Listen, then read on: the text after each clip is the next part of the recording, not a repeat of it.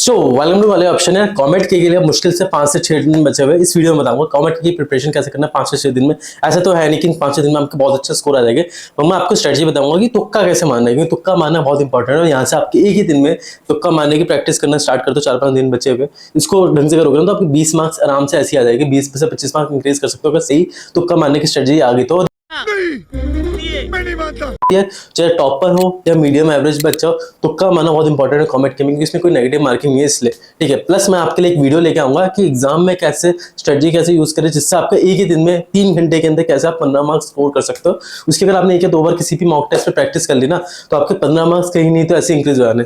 तो बहुत important strategy है, उसके ऊपर अलग से मैं वीडियो बनाऊंगा। तो यार वीडियो को पहले तो सब लोग लाइक कर दो कॉमेंट के ऊपर, जिसको भी वीडियो चाहिए। इस वीडियो में आपको सारी डिटेल बता दूंगा, ओवरव्यू देने वाला हूँ वीडियो के अंदर कि तुक्का कैसे मारना है और क्या क्या लास्ट के 4-5 दिनों में आपको करना है, जिससे आपके मार्क्स आराम से 20 से 25 मार्क्स इंक्रीज हो जाए। और यार ये कोई मैं ऐसे नहीं बोल रहा, मैंने आपको पुरानी वीडियोस में बोला था कि मेरे बहुत से बच्चे हैं जिनको रिजल्ट आया है, काफी बच्चे आगे पेड काउंसलिंग भी करवाते, इसलिए रिजल्ट हर एक का आता है। ढंग से करो, लास्ट के 4-5 दिन में बहुत अच्छे फोकस करो। बहुत मुश्किल पेपर नहीं है, कॉमेट के में आपका आराम से सिलेक्शन हो जाएगा। पुरानी वीडियो जाके देखना कॉमेट की लास्ट ईयर्स की, अपना रिजल्ट दिख जाएगा। ठीक है, मैं यार इस वीडियो कब से बना रहा हूँ, जब से 45-50,000 लोग एग्जाम दे देते हैं, आज 1 लाख दे रहे। ठीक है, मैंने देखा है ट्रांजेक्शन पूरा होते हुए कॉमेट के का।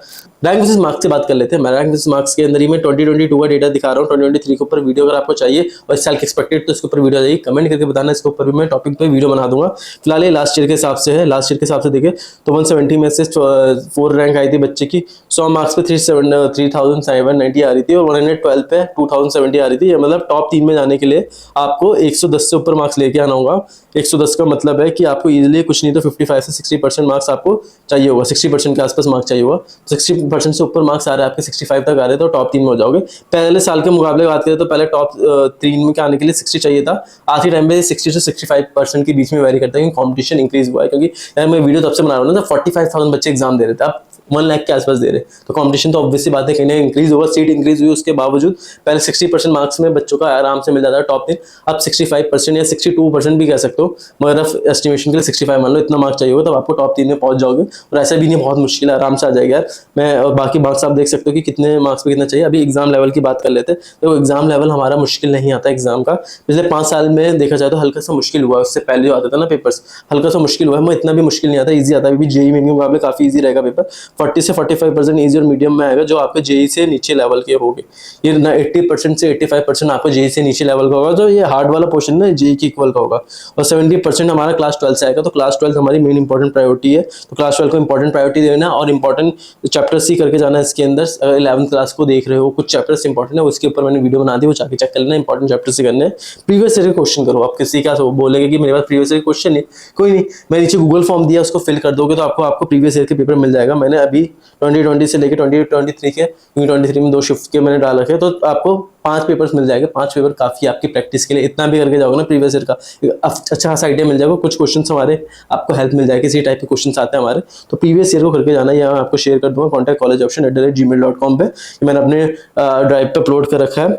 और इसके बाद गूगल फॉर्म फिल करना आपको 24 आवर्स में मिल जाएगा। मैं कोशिश करूंगा आप हर 12 आवर्स में देना स्टार्ट कर दूं, ताकि आप लोगों को भी इजी रहे। फिर फॉर्मुलेज वगैरह एक पेपर पे याद कर लो लिख के, अगर आपने अभी तक याद नहीं किया, फॉर्मुला पेपर्स पे रट लो अच्छे से, क्योंकि पेपर्स में फॉर्मुला बेस्ड क्वेश्चन बहुत आते हैं और कॉन्सेप्ट बेस्ड क्वेश्चन आते हैं। तो formula based and concept based वो ढंग से करके जाओ। एनसीईआरटी के क्वेश्चंस को करो। फिजिक्स और केमिस्ट्री के लिए एनसीईआरटी काफी है आपके लिए, स्पेशली केमिस्ट्री के लिए तो 100% एनसीईआरटी से आ रहा है, तो उसको ढंग से करके जाओ। प्रैक्टिस करो, क्वेश्चन को लिमिटेड टाइम में करने के लिए 50 सेकंड का टाइम लगाओ। मुझे पता है 1 मिनट मिलता है, 50 सेकंड का टाइम में लगाओ। कोशिश करूंगी, स्पीड का गेम है पूरा कॉमेट के, 50 सेकंड में क्वेश्चन सॉल्व करना, ये माइंड में लेके चलो। और आपको प्रैक्टिस करो मॉक टेस्ट को भी एक लिमिटेड टाइम देने की। 3 घंटे में मॉक टेस्ट करने की कोशिश मत करो। 3 घंटे की जगह आप 2 घंटे 40 मिनट में कोशिश करो, इतने में ही आपका पूरा मॉक टेस्ट हो, तभी आपकी स्पीड की प्रैक्टिस होगी। वहां पे एग्जाम टाइम में प्रेशर कम बनेगा। तो ये प्रैक्टिस करो, स्ट्रेटजी बनाओ हर एक मॉक टेस्ट के साथ स्ट्रेटजी। अगर आपको नहीं पता, मैं एक वीडियो बनाऊंगा स्ट्रेटजी वाली, जिससे आपके एक ही दिन में 15 मार्क्स इंक्रीज हो सकते हैं। और यार ये वीडियो आने वाली है, जल्दी आएगी, एग्जाम से पहले आएगी, कि एग्जाम कैसे देना है आपको, स्ट्रेटजी से आपको काफी बेनिफिशियल होगा। ठीक है, जब भी मैं कोई एग्जाम देता था तो मैं यही स्ट्रेटजी यूज करता था। जब आप जेईई मेन को, वीआईटी और कॉमेट की सेम स्टडी आपको हर जगह काम आएगी, तो ये स्टडी आपको बताऊंगा। और क्वेश्चंस स्किप करना सीख लो यार, स्पीड का गेम है, क्वेश्चन स्किप करना इंपॉर्टेंट है और तुक्का मारना सीखना है, जिसके ऊपर मैं वीडियो में बात कर रहा हूँ कि प्रीवियस ईयर्स के क्वेश्चन ढंग से करो, जेई मेंस के पेपर्स के करो, अगर वीआईटी दिया है तो वीआईटी कर लेना, या एमएसटीसी दिया है तो एमएसटीसी करो, वेस्ट बंगाल जेई करो तो 1 मार्क्स का क्वेश्चन कर लेना, हर एक का एक मार्क्स का क्वेश्चन कर लो, कमेंट करके प्रीवियस ईयर और जेई मेन करना जरूरी है, उसके अलावा बाकी सब क्वेश्चन कर सकते हो। बाकी एग्जाम की बात करें तुक्का कैसे मारना, देखो हमारे टोटल 180 क्वेश्चन आते हैं, 60 मार्क्स का क्वेश्चन होता है, 1 मार्क्स का एक क्वेश्चन होता है, अगर आप मान के चलो कि 180 में से भी 180 में से कुछ नहीं तो आपको 60 मार्क्स के क्वेश्चन तो आते ही होंगे, पेपर बहुत इजी बनता है, उसमें मैं 30% मान के रहा हूँ, 33% 1/3 पेपर ही मान के चल रहा हूँ कि 130 आपको आता होगा उसमें से, तो 60 मार्क्स बचे ना, तो 120 मार्क्स आ रहे हैं आपके बचे हुए। अब इसमें अगर आप तुक्का मारते हो 4 में से एक भी सही हुआ, 25% की प्रोबेबिलिटी है, तो 30 तो आप सही कर लोगे, तो आपको 60 + 90 30 = 90 होता है, तो 90 मार्क्स तक आप पहुंच जाओगे। 90 मार्क्स में आप टॉप 3 में तो नहीं पहुंच रहे, अब आपको ये रेशियो कैसे भी करके 110 तक पहुंचाना है कि इसकी रेशियो इंक्रीज करना है। उसके लिए क्या करना है कि अगर आप इसका 50% भी लेके चलते हो तो आप तुक्का मारने जा रहे हो तो 60 मार्क्स होता है, 120 का 60 मार्क्स ही तो होगा, 60 क्वेश्चन करने होंगे, तो आप ये कह सकते हो कि आपको कैसे भी करके 25 की स्ट्रेटेजी को इंक्रीज करके इसको 40 से 45% भी इंक्रीज कर लोगे ना, तो आपका आराम से टॉप 3 में हो जाएगा। ठीक है, मैं मान के चल रहा हूँ जनरल हो सकता है कुछ बच्चों के इससे कम हमें हो रहा हो, किसी के 50 मार्क्स बन रहा हो सकता है 70 बन रहे हो, मगर यार एवरेज क्वेश्चन आते इतने मुश्किल नहीं आते, अगर आप कामली होके एग्जाम को करोगे, स्किप करते हुए क्वेश्चन चलोगे, जो आते हैं सिर्फ वो टिक करोगे तो 60 क्वेश्चन तो आराम से कर दोगे। अब चाहे तो प्रीवियस ईयर का पेपर है ना, चेक कर लेना, आपको ऐसे 70-80 मार्क्स का आता होगा। ठीक है, अब तुक्के टेक्निक्स की बात कर लेते हैं, तुक्का कैसे करना है। फिजिक्स के केस में क्या करेंगे हम लोग, इसके अंदर हम लोग डायमेंशन चेक करेंगे, डायमेंशन और यूनिट से बहुत सारे क्वेश्चन सॉल्व होते हैं। मैं हमेशा बोलता हूँ, हर वीडियो में बताता हूँ कि 2-3 क्वेश्चन आपके ऐसे सॉल्व हो जाएंगे। ठीक है, 2-3 क्वेश्चन भी सही हो रहे हैं ना, तो आपकी काफी एक्यूरेसी यहाँ पे इंक्रीज हो जाती है। प्लस मैथ्स में क्या करना है आपको, तो हिट एंड ट्रायल मेथड करना है। इसका मतलब क्या है, जहां पे भी हमारे पैराबोला के क्वेश्चन आते हैं, सर्कल्स के, स्ट्रेट लाइन के, या जहां पे भी इक्वेशन बनती है x + y के फॉर्म में या x² कुछ भी बनता है हमारा, किसी फॉर्म में बनता है, तो यहाँ पे हम लोग तुक्का करेंगे, 0, 1, 2 ऐसे वैल्यूज डाल के देखेंगे, 2-3 वैल्यूज डाल के देखोगे, अपने आप आपकी वैल्यू सही निकल जाएगी। और इससे क्या होगा कि आपके जो ऑप्शन से एलिमिनेट हो जाएगा, 2-3 ऑप्शन एलिमिनेट हो जाएगा, सिर्फ 1 या 2 ऑप्शन बचेगा, तो आपकी प्रोबेबिलिटी होगी 50% के आसपास टिक करने की, 100% की हो जाएगी। तो आपको क्वेश्चन करने में, ये नहीं कह रहा कि हर क्वेश्चन में लगेगा, 4-5 क्वेश्चन में भी लग रहा है ना आपके, तो 3-4 मार्क्स आपके ऐसे इंक्रीज हो रहे हैं। ठीक है, 3-4 क्वेश्चन भी मान के लो, 4-5 तो चलो दूर की बात है, 3 क्वेश्चन भी मान के लो, आराम से फिजिक्स और मैथ्स में 2 से 3 क्वेश्चन करके 5-6 मार्क्स ऐसे इंक्रीज कर लोगे, तो 100% प्रोबेबिलिटी होगी कि सही होगा ही होगा, बाकी फिर आपका रेशियो यहीं से इंक्रीज हो गया। ठीक है, और कोई भी क्वेश्चन आपको ऐसे नहीं करना कि लास्ट के मैंने देखा ना बच्चे क्या करते हैं 10 मिनट में जल्दी क्वेश्चन टिक मारते हैं कि भाई ये टिक मार देता हूँ, ये मार देता हूँ, बिना देखे मारता है, ऐसे नहीं करना। मैं तुक्का भी मारना है, स्ट्रेटेजी लगा के करना है, क्वेश्चन पढ़े बिना हम तुक्का नहीं मारेंगे, ये चीज याद रखना हमेशा। ठीक है, एलिमिनेशन मेथड से यूज करेंगे कि एलिमिनेशन मेथड क्या होता है कि भाई कुछ ऑप्शंस आपकी लॉजिकली पॉसिबल ही नहीं है, तुम्हें कुछ वैल्यू दिया है कि ये मतलब कोई भी टास्क दे दिया कि ये चीज इतने में हो रहा है और ये अप्रोक्सीमेटली टाइम दे रहा है, तो आपको वो ऑप्शन देखना है कि इसका ऑप्शन 5 भी दे रहा है, 50 भी दे रहा है, 5000 भी दे रहा है, क्या इसका 5000 वैल्यू हो सकता है, नहीं हो सकता ना, तो 500 या 50 वाला होगा, तब तो उस पर टिक मारोगे, तो जो कुछ ऑप्शंस आपको मिल जाते हैं। ठीक है, हर एग्जाम में मिलेंगे, फिजिक्स, केमिस्ट्री, मैथ्स, कहीं ना कहीं आपको लॉजिकल ऑप्शन मिल जाएगी कि ये तो लॉजिकली पॉसिबल ही नहीं है। उस एक ऑप्शन को भी हटाओगे 33% इंक्रीज हो रहा है, आपको कैसे करके 2 ऑप्शन हटाने, 2 ऑप्शन में से भी चूज करोगे 50% प्रोबेबिलिटी होती है। ठीक है, तो आपको इस यहाँ तक जाना है, पहले एक ऑप्शन हटाओ, 3 की प्रोबेबिलिटी होती है, 33% इंक्रीज हो रहा है, तो आपके 10-15 मार्क्स ऐसे इंक्रीज हो जाएंगे अगर स्टडी से चलोगे तो।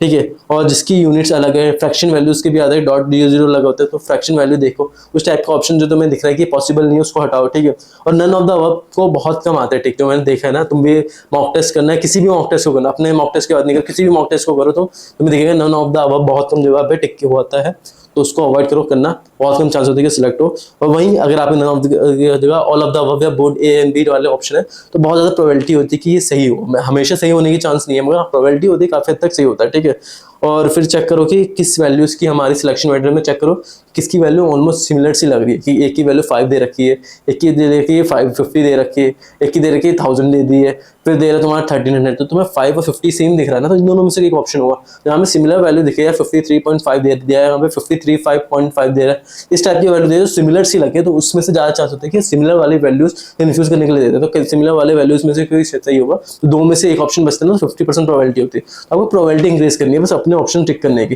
तो ये स्ट्रेटजी याद रखना। और check option which appear in exam, मतलब क्या होता है ना कि देखो कॉमेट के एग्जाम है, किसी भी एग्जाम में हम लोग ऐसा होता है कि आप क्वेश्चन देखोगे ना, जरूरी नहीं है कि आपको ऑप्शन दे रखो कि भाई 40 में से जो मतलब 100 क्वेश्चन आ रहे हैं, जरूरी नहीं कि ए 25 जगह सही हो, बी 25 जगह सही हो, सी 25 जगह सही हो, डी 25 जगह सही हो, ऐसे नहीं होता। क्या होता है ना, अक्सर आप देखोगे या तो 2 चांस होते हैं कि वो पार्शियलिटी करते हैं, या तो मतलब कि ऐसा कुछ करते हैं कि डिस्ट्रीब्यूट इक्वली करें, कि एक में 25 सही हो रहा है, एक में 30 हो रहा है, एक में 27 सही हो रहा है, एक में 23 सही हो रहा है, इस टाइप से करें कि अप्रोक्सीमेटली रेंज सही हो। अगर ऐसा है तो आप ऑप्शन चेक करोगे कि आपने अभी तक टिक किया, जितने आपके सही आ रहे हैं, कौन सा ज्यादा ऑप्शन आ रहा है उस हिसाब से आप दूसरा टिक कर सकते हो। या तो एक केस ये होता है, ये देखो लक वाला केस है कि कौन से केस में आप फंसे। या तो ये हो सकता है कि आपको इक्वली पार्शियली हो रहा है कि भाई ऑलमोस्ट सिमिलर सा रेशियो दिख रहा है कि हर एक का 20 से 25% सही होगा, तो वो टिक कर सकते हो आप, ठीक है।